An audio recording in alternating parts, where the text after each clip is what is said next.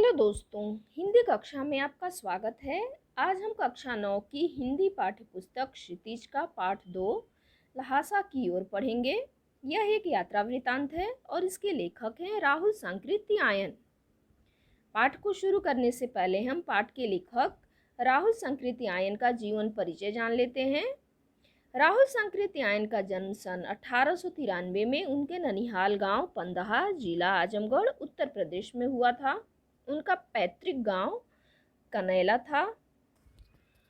उनका मूल नाम केदार पांडे था। उनकी शिक्षा काशी, आगरा और लाहौर में हुई। सन 1930 में उन्होंने श्रीलंका जाकर बौद्ध धर्म ग्रहण कर लिया। तब से उनका नाम राहुल सांकृत्यायन हो गया। राहुल जी पाली, प्राकृत, अपभ्रंश, तिब्बती, चीनी, जापानी, रूसी सहित अनेक भाषाओं के जानकार थे। उन्हें महापंडित कहा जाता था। सन 1963 में उनका देहांत हो गया। राहुल सांकृत्यायन ने उपन्यास, कहानी, आत्मकथा, यात्रावृत्त, जीवनी, आलोचना, शोध आदि अनेक विधाओं में साहित्य सृजन किया। इतना ही नहीं, उन्होंने अनेक ग्रंथों का हिंदी में अनुवाद भी किया। मेरी जीवन यात्रा, दर्शन दिग्दर्शन, 22वीं सदी, वोल्गा से गंगा, भागो नहीं दुनिया को बदलो, दिमागी गुलामी, घुमक्कड़ शास्त्र उनकी प्रमुख कृतियां हैं। साहित्य के अलावा दर्शन, राजनीति, धर्म, इतिहास, विज्ञान आदि विभिन्न विषयों पर राहुल जी द्वारा रचित पुस्तकों की संख्या लगभग 150 है। राहुल जी ने बहुत सी लुप्त प्राय सामग्री का उद्धार कर अत्यंत महत्वपूर्ण कार्य किया है। यात्रा वृत्त लेखन में राहुल जी का स्थान अन्यतम है। उन्होंने घुमक्कड़ी का शास्त्र रचा और उससे होने वाले लाभों का विस्तार से वर्णन करते हुए मंजिल के स्थान पर यात्रा को ही घुमक्कड़ का उद्देश्य बताया। घुमक्कड़ी से मनोरंजन, ज्ञानवर्धन एवं अज्ञात स्थलों की जानकारी के साथ साथ भाषा एवं संस्कृति का भी आदान प्रदान होता है। राहुल जी ने विभिन्न स्थानों के भौगोलिक वर्णन के अतिरिक्त वहाँ के जनजीवन की सुंदर झांकी प्रस्तुत की है। तो यह पाठ ल्हासा की ओर राहुल जी की प्रथम तिब्बत यात्रा से लिया गया है, जो उन्होंने सन 1929-30 में नेपाल के रास्ते की थी। उस समय भारतीयों को तिब्बत यात्रा की अनुमति नहीं थी, इसलिए उन्होंने यह यात्रा एक भिखमंगे के छद्म वेश में की थी। इसमें तिब्बत की राजधानी ल्हासा की ओर जाने वाले दुर्गम रास्तों का वर्णन उन्होंने बहुत ही रोचक शैली में किया है। इस यात्रा वृतांत से हमें उस समय के तिब्बती समाज के बारे में भी जानकारी मिलती है। तो वृतांत की शुरुआत लेखक नेपाल से तिब्बत जाने के रास्ते के बारे में बताते हुए लिखते हैं। वह नेपाल से तिब्बत जाने का मुख्य रास्ता है। फरी कलिंगपोंग का रास्ता जब नहीं खुला था तो नेपाल ही नहीं, हिंदुस्तान की भी चीज़ें इसी रास्ते तिब्बत जाया करती थीं। यह व्यापारिक ही नहीं, सैनिक रास्ता भी था। इसीलिए जगह जगह फौजी चौकियां और किले बने हुए हैं, जिनमें कभी चीनी पलटन रहा करती थी, यानी वहाँ चीनी सैनिक रहा करते थे। आजकल बहुत से फौजी मकान गिर चुके हैं। दुर्ग के किसी भाग में जहाँ किसानों ने अपना बसेरा बना लिया है, वहाँ घर कुछ आबाद दिखाई पड़ते हैं। ऐसा ही परित्यक्त एक चीनी किला था, यानी एक त्यागा हुआ छोड़ा हुआ चीनी किला था। हम वहाँ चाय पीने के लिए ठहरे। तिब्बत में यात्रियों के लिए बहुत सी तकलीफ़ें भी हैं और कुछ आराम की बातें भी। वहाँ जाति पाति छुआछूत का सवाल ही नहीं है और न औरतें पर्दा ही करती हैं। बहुत निम्न श्रेणी के भिखमंगों को लोग चोरी के डर से घर के भीतर नहीं आने देते, नहीं तो आप बिल्कुल घर के भीतर चले जाते हैं, चाहे आप बिल्कुल अपरिचित हों तब भी घर की बहू या सासू को अपनी झोली में से चाय दे सकते हैं। वह आपके लिए उसे पका देगी।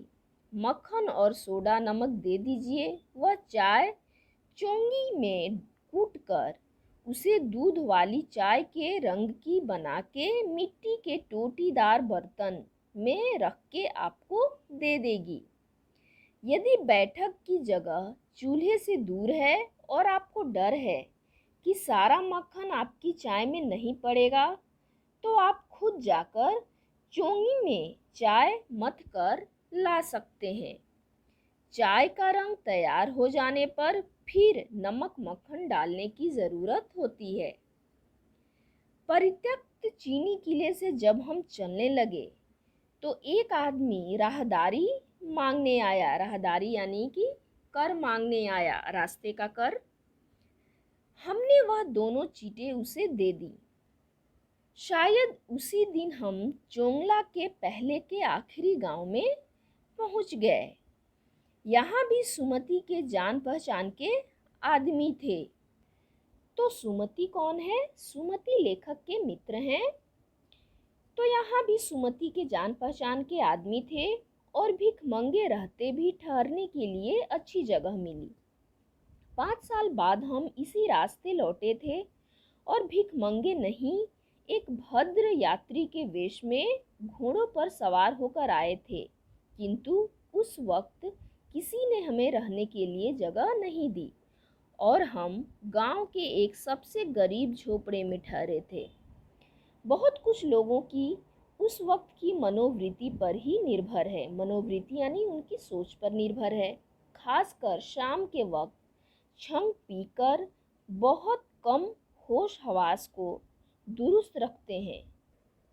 अब हमें सबसे विकट डाँड़ा थोंगला पार करना था। डाँड़ा यानी कोई ऊंची जमीन या पर्वत श्रृंखला। डाँड़े तिब्बत में सबसे खतरे की जगहें हैं। 16-17 हजार फीट की ऊंचाई होने के कारण उनके दोनों तरफ मीलों तक कोई गांव गिराव नहीं होते। नदियों के मोड़ और पहाड़ों के कोनों के कारण बहुत दूर तक आदमी को देखा नहीं जा सकता। डाकुओं के लिए यही सबसे अच्छी जगह है। तिब्बत में गांव में आकर खून हो जाए तब तो खूनी को सजा भी मिल सकती है, लेकिन इन निर्जन स्थानों में मरे हुए आदमियों के लिए कोई परवाह नहीं करता।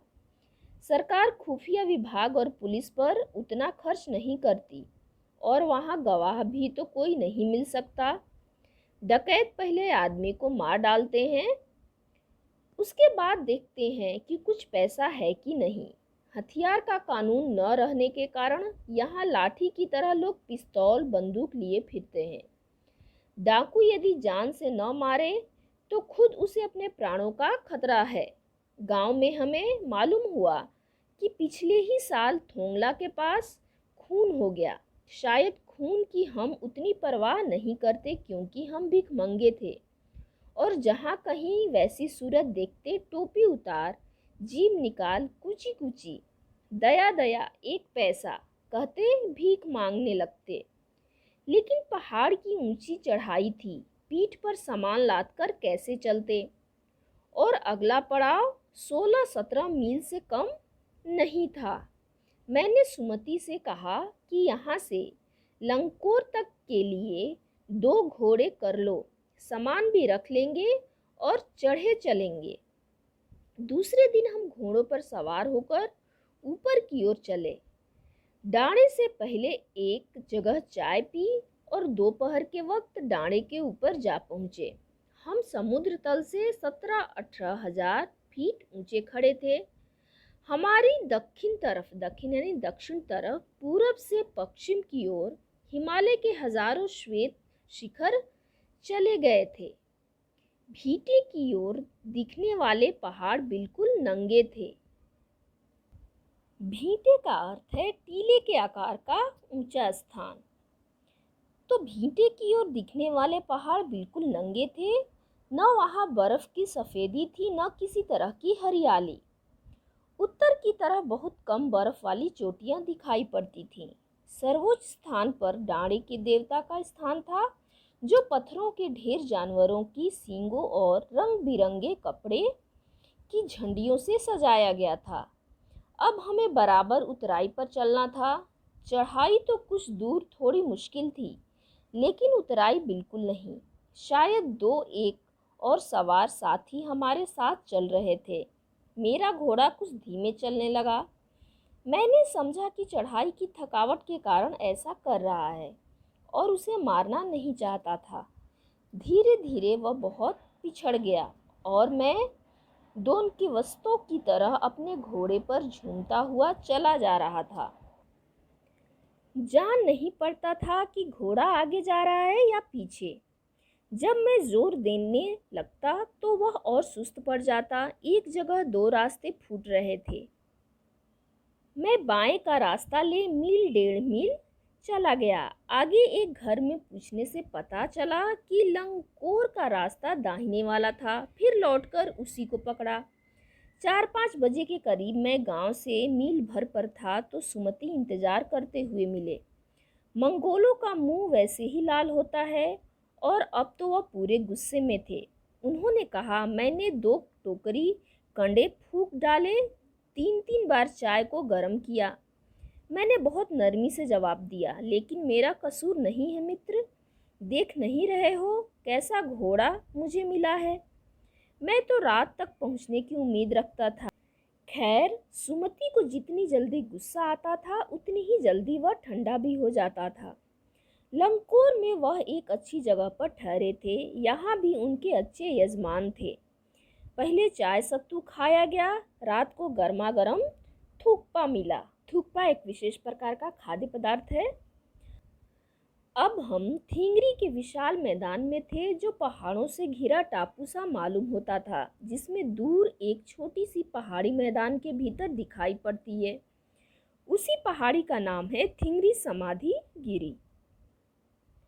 आसपास के गांव में भी सुमति के कितने ही यजमान थे। कपड़े की पतली पतली चीरी बत्तियों के गंडे खत्म नहीं हो सकते थे, क्योंकि बोधगया से लाए कपड़े के खत्म हो जाने पर किसी कपड़े से बोधगया का गंडा बना लेते थे। वह अपने यजमानों के पास जाना चाहते थे। मैंने सोचा यह तो हफ्ता भर उधर ही लगा देंगे। मैंने उनसे कहा कि जिस गांव में ठहरना हो उसमें भले ही गंडे बांट दो, मगर आसपास के गांव में मत जाओ। इसके लिए मैं तुम्हें लहासा पहुंचकर रुपए दे दूंगा। सुमति ने स्वीकार किया। दूसरे दिन हमने भरिया ढूंढने की कोशिश की। भरिया यानी भारवाहक, भार ढोने वाला,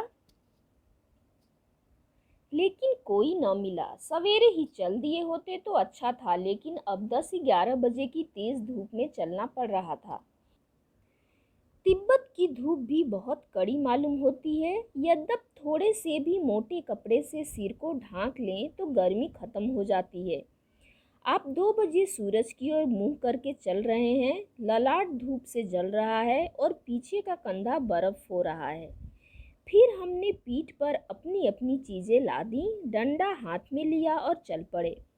यद्यपि सुमति के परिचित तिंगरी में भी थे, लेकिन वह एक और यजमान से मिलना चाहते थे। इसलिए आदमी मिलने का बहाना कर शेखर विहार की ओर चलने के लिए कहा। तिब्बत की जमीन बहुत अधिक छोटे बड़े जागीरदारों में बटी है। इन जागीरों का बहुत ज़्यादा हिस्सा मठों के हाथ में है। अपनी अपनी जागीर में हर एक जागीरदार कुछ खेती खुद भी कराता है, जिसके लिए मजदूर बेगार में मिल जाते हैं। खेती का इंतज़ाम देखने के लिए वहाँ कोई भिक्षु भेजा जाता है, जो जागीर के आदमियों के लिए राजा से कम नहीं होता। शेखर की खेती के मुखिया भिक्षु बड़े भद्र पुरुष थे।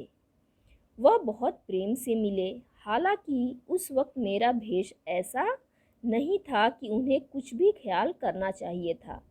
यहाँ एक अच्छा मंदिर था, जिसमें कंजूर बुद्ध वचन अनुवाद की हस्तलिखित 103 पोथियाँ रखी हुई थी। मेरा आसन भी वहीं लगा। वह बड़े मोटे कागज पर अच्छे अक्षरों में लिखी हुई थी। एक एक पोथी 15-15 शेर से कम नहीं रही होगी। सुमति ने फिर आसपास अपने यजमानों के पास जाने के बारे में पूछा। मैं अब पुस्तकों के भीतर था। यानी पुस्तक पढ़ने में वो लीन थे, इसलिए मैंने उन्हें जाने के लिए कह दिया। दूसरे दिन वह गए। मैंने समझा था 2-3 दिन लगेंगे, लेकिन वह उसी दिन दोपहर बाद चले आए। तिंगरी गांव वहां से बहुत दूर नहीं था। हमने अपना अपना सामान पीठ पर उठाया और भिक्षु नमसे से विदाई लेकर चल पड़े। तो यह पाठ लहासा की ओर राहुल संकृत्यायन जी द्वारा लिखित एक यात्रा वृतांत था, जिसमें उन्होंने अपने यात्रा के बारे में बताया है। तो इसके साथ यह वीडियो समाप्त होता है। धन्यवाद।